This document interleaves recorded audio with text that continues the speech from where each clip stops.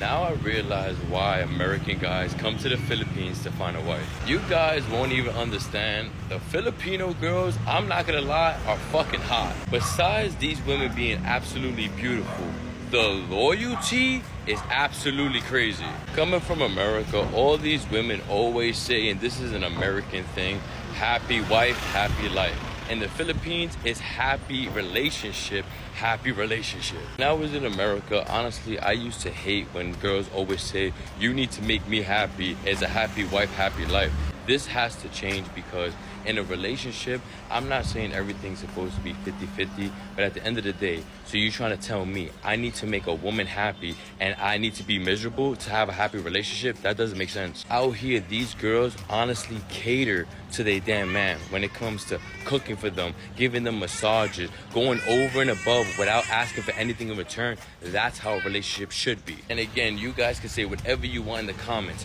There is a reason why that there's a thing called passport bros, and there's a reason why a lot of people are leaving America to go look for wives. It's a reason. So if you're an American woman and you're watching this right now, stop complaining that there's no good men out there in America. It's because you girls has made it so impossible for us to want to cater to you because all you want is a damn handout. All you want is what a man could do for you, and it's not supposed to be like that in a relationship, but keep on looking for a good man.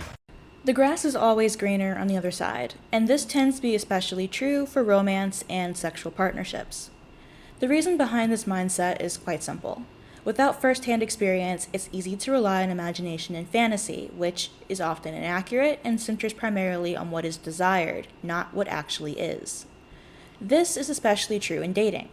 It's easy to imagine that men or women you no longer have access to will be different from others that you have dated, and it's from these experiences that interracial relationships are often fetishized.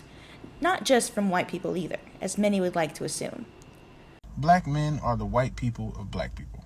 We are the entitled, largely uneducated, flamboyantly problematic group that offers that everyone else is the problem but us.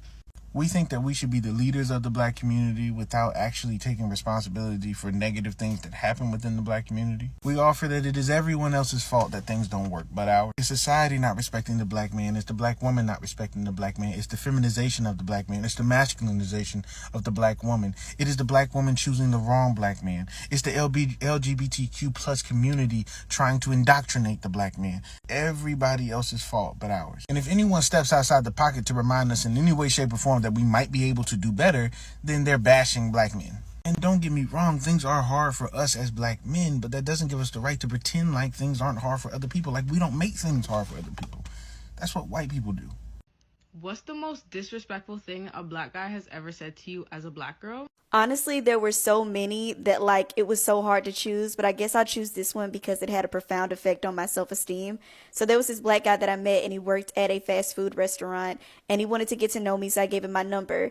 And I told him that I wanted to get to know him face to face. I didn't want to be texting buddies. So we met up before he had to go into work, and we were in his car talking, and that's all it was. He tried to kiss me and touch my cat, but I had left because I felt very uncomfortable. So after that, I unadded him from my contacts, and I was through with him.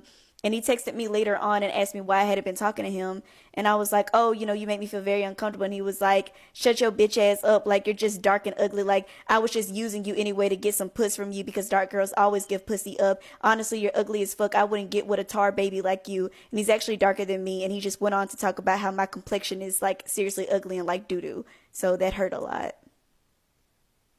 Part of this stems from a hatred of women, particularly of those of the same race, for their efforts to better themselves and to escape submissiveness. Thus, other races are considered better partners primarily because of the expectation that they will be more tractable. For example, it is a widely held misconception that Asian women are more submissive and are better partners. Many passport bros, otherwise known as sexpats, or losers who can't date women who have other options besides dating them and therefore must find disenfranchised women to take advantage of, specifically advertise countries which they view as being poor enough to exploit. Aspects of race are also fetishized, such as being smaller, having almond-shaped eyes, large lips, or a curvier body, adding to the dehumanization of women and the compartmentalization into consumable parts. Others view having a different race partner as a victory over other men, as if dating a woman of a different race is the same as stealing or possessing her. This perspective, wherein sexual conquest of a woman is viewed as an attack on the community, can be seen in ethnic conflicts as well, as which occurred in Rwanda and during the Bosnian War.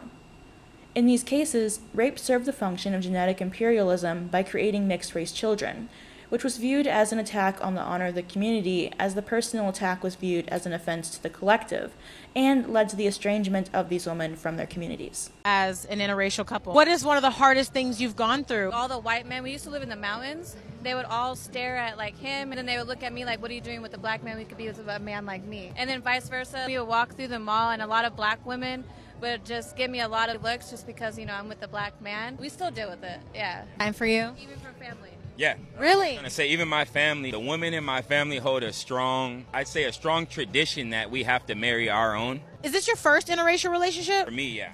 For me, no. Oh, so it wasn't a far deviation from what you experienced previously? Well, no, different because he was my husband. So when I was dating, it was different because I didn't pay attention to the racial stuff. So this is my first interracial relationship also, but it was difficult for me in the beginning. So has that been something difficult for you as well? No, it was something to get like used to. I'd say it was something to get used to, but it's been pleasant for us. It's been pleasant being us. Last question, what kind of relationship advice would you give to people, one, in interracial relationships, and then just generally? Whether it be interracial or just advice, period, no matter how they look, no matter the color, big, small, we're all put here for each other. Love who you gonna love. One celebrated figure from the civil rights movement, Eldridge Cleaver, was a Black Panther who in his memoir wrote of practicing rape for this purpose. In So On Ice, a collection of essays that became the political manifesto of the Black Panther Party, he wrote, "I started out by practicing on black girls in the ghetto, where dark and vicious deeds appear not as deviations from the norm, but as part of the sufficiency of the evil of a day. And when I considered myself smooth enough, I crossed the tracks and sought out white prey. Rape was an insurrectionary act. It delighted me that I was defying and trampling upon the white man's law, upon his system of values." The possessive view of women by men of their own race can be further seen in how derogatory language centers on the women of interracial partnerships, and not on the men who seek them out. Black men who seek white women call them milk. White women who date black men are referred to as snow roaches. Women from South America, Asia, or Eastern Europe are manipulative green card seekers. Presenting dating women of other races as a form of conquest illustrates how many view seeking partners outside of their own race as an inherently political act, as well as illustrates how a pornography mindset eroticizes and demeans women based on stereotypes. For example, seeking out Asian women out of an expectation of a youthful appearance, submissiveness, and willingness to fulfill sexual demands without complaint. Black women for a larger derriere, bust, thighs, or lips, or white women for perceived sexual openness and, again, submissiveness. While women also seek partners outside of their race for reasons beyond straightforward attraction, it's important to understand why. For example, the existence of passport bros and mail-order brides illustrates that there is a demand for women from poorer countries to immigrate to richer countries through marriage. The assumption is that their poverty will make them more likely to capitulate to the demands of Western men so that they can escape their poverty. Marriage has historically been a trade of domestic servitude for financial support, as the lack of opportunities for women to work, own property, open bank accounts, or be viewed as an individual only recently changed. Due to wives being viewed as their husband's property, marital rape has been legal and openly supported in many countries and still is today. This is believed by many to be a right, as marriage itself is viewed as perpetual consent to sex, reflecting the long-standing tradition of trading sex, reproductive labor, and domestic labor for financial support. Marital rape is currently only illegal in 2 South Asian countries, Bhutan and Nepal. India and Bangladesh do not have a marital rape clause within their legislation, and apparently Pakistan remains undecided. And this is a subject that is still quite hard to talk about within our communities, especially in today's society amongst the older generation. This view on marital rape does date back to the British colonial period, whereby the Indian Penal Code does clearly state that a husband cannot rape his wife. Although the British have left, their ideologies have remained, and they have had the chance to progress over time, whereas we, in our South Asian countries, have not. In our communities, we typically see marital rape and normal rape as two separate conversations, as we tend to associate your husband with somebody who's meant to love, care, nurture you, or practically somebody who owns you. So therefore, as his property, he's allowed to do as he wishes to you. However, from what we all understand, marriage is not a transaction, it's a partnership. And at the end of the day, nobody owns another individual, and if they do, that is constituted as slavery. What I find the most hurtful within our community is that typically older generations, including older women, will sit there and say to you that you're meant to serve your husband and fulfill his wants, needs and desires. However, it's okay for him to disregard his wife's wants, needs and desires, especially when it comes time to the fact that she decides to say no. But what I find the most interesting is that imagine if a woman had the same want, needs or desires as her husband. Would she be seen the same way as her husband would be? Or would she be deemed to be desperate and low? In our communities, unfortunately, we don't like to talk about a lot of things. We instead like to brush everything under the carpet and pretend like it'll go away miraculously. However, I believe that you should address the elephant in the room when the time is right. And my belief is the more we talk about this specific subject, the more we will have marital rape survivors come out and share their stories, and the more we can shed light on this sort of matter, educate people, and hopefully prevent it. It will take a bit of time, but at least we are taking the baby steps, because marital rape and normal rape does not exist. Rape is rape, and consent is key, whether you're married to a person or whether you aren't married to a person. At the end of the day, if somebody says no, that is enough for you to stop. Often, the perception is that women benefit most from marriage. But as Clementine Ford notes, marriage is an inherently misogynistic institution, so why do women agree to it? It is men who benefit from marriage. They live longer, they're generally healthier and happier, and their economic prospects improve. On the other hand, studies have shown that married women die earlier, and marriage alone isn't a guarantee of happiness for women. They are happy if they have a happy marriage. Criticizing marriage, the so-called bedrock of Western civilization, is perceived to be a criticism of those who do it. That can feel bad for the person on the receiving end, and anything that makes someone feel bad must be wrong. But we should be willing to engage with critiques of our institutions, particularly those that have the kind of lengthy history of oppression that marriage boasts. Now, it's understandable why women coming from countries which have limited safety and opportunities for independent financial success would be willing to trade a life of servitude to a local man for a foreign one, who might be able to offer a perceived better life. In many cases, the economic trade-off is implicit, but surely the men who engage in these relationships are aware of the reasoning behind these partnerships. If they choose to engage in a fantasy that their passport or financial support plays no role in their attraction with these women, and that young women are truly in love with elderly, lecherous men, well, that's on them for being stupid. All of this is not to say that every interracial relationship has inherently political roots, merely that there are coercive or manipulative elements at play in many relationships, and that the perception of those relationships as political can be unavoidable. For example, my dad is white and my mom is black. They started dating in the 1990s in Georgia, and while race has never played into either of their dating histories, both have been externally judged and harassed from being together, literally called out by both black and white people for dating someone of the opposite race. Now, as a biracial woman, anyone I date will inherently make my relationship interracial.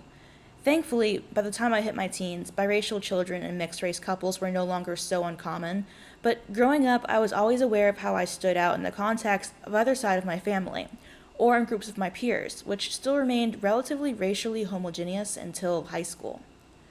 I wouldn't say that race is irrelevant, but for me, it's never been a hurdle that I was explicitly caught up in regarding dating when I lived in the US.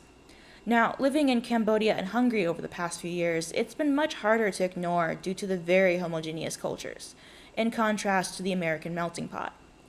While I personally do not view dating a white or black or Asian woman as anything to comment on, as it's the person, not the racial features I'm attracted to, others maintain those perceived values when dating a foreigner, American, or a brown-skinned woman. Ultimately, many like to pretend that interracial relationships are devoid of political debate. After all, we like to view ourselves as open-minded and supportive, especially in the context of race and the historical oppression attached to it. However, even if we personally do not assign additional meaning to these partnerships, it's important to not be ignorant as to how others perceive us and what that may mean on a wider scale. This, dear viewers, is where we part. You get some extra lore today. I don't think I've ever mentioned it on the channel, but I briefly dated someone in Budapest who I actually met through the channel, which is funny. Anyhow, we met in person, we dated a little bit, and sometimes she would make comments that would be like, oh, your curly hair is like my poodle. Like, she'd make these really just off the wall comments, and they're only off the wall because that's not something someone who has been around a lot of different cultures or races would say. There was basically no racial mixing there at all. I was literally one of the first black women she'd ever seen, and I was one of the first that a lot of the kids that I was teaching at the time had ever seen. Now, it's one thing when a 2-year-old who doesn't speak English sneaks a pat of your hair, touching it when I'm helping them tie their shoes or whatever. But it's another thing when the woman you're dating is constantly commenting on the race thing, which for me has never been a thing to discuss. My parents are mixed race. I lived in Atlanta most of my life, and that's a very racially mixed area.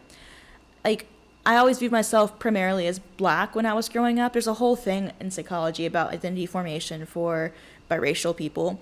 And basically, I was raised primarily with my mom's family, which is black. So I always viewed myself as as taking on the racial identity of my mother, because that is the family I grew up with the most, and I'm dark enough to where no one's going to look at me and go, white girl, despite my dad thinking that's how it works. But when it comes to dating, it's never been a thing that played a role that I even mentally commented on. People are just people. Race is literally not a thing that I tend to think about because it's just never been that important. But in a lot of countries, it still comes up just because they're not as used to having a mixed crowd.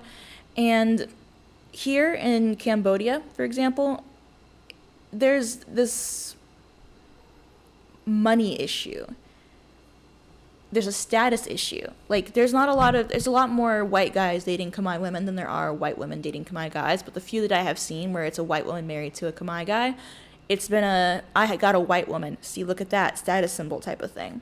Whereas with the guys, it was usually just essentially you're paying for their labor, their relationship with you. So you're paying for groceries or for living expenses. So you're basically paying for your housewife, that kind of thing.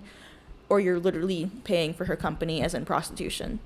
It's very interesting to consider when you move around a lot to see it in different countries in action. But I think a lot of us like to pretend or like to think that race is no longer an issue. We don't have to talk about it, not a thing.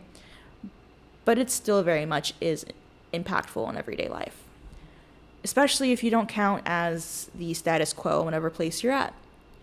Anyhow, if you guys have any comments, questions, or concerns, you can let me know in the comment section down below. And I'll see you guys next time. Bye.